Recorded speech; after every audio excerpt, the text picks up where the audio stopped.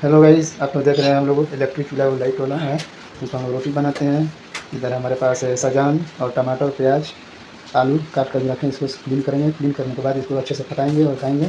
तो देखिए, ये इलेक्ट्रिक वाला चूल्हा है जो हम इस पर रोटी बनाते। देखिए कितना अच्छे से ये रोटी फूल जाता है। ठीक है। अब देखिए, अभी दूसरा ये कैसे हम लोग बना रहे हैं। देखिए, इसमें बेलने की ज़रूरत नहीं पड़ता है। थोड़ा सा चौड़ा कर देते हैं। चौड़ा करके ऊपर रखने से, प्रेस करने से देखिए, अब देखिए कैसे प्रेस होता है। प्रेस होने के बाद में रोटी कैसे हो जाता है। देखिए, ये हो गया रोटी जैसे। ठीक है। अब देखिए, बना रहे हैं हम लोग सुबह सुबह रोटी, जिसको यहाँ के लोग बोलते हैं चपाटी। हम बिहार के हैं तो हम लोग इसको रोटी बोलते हैं। ठीक है।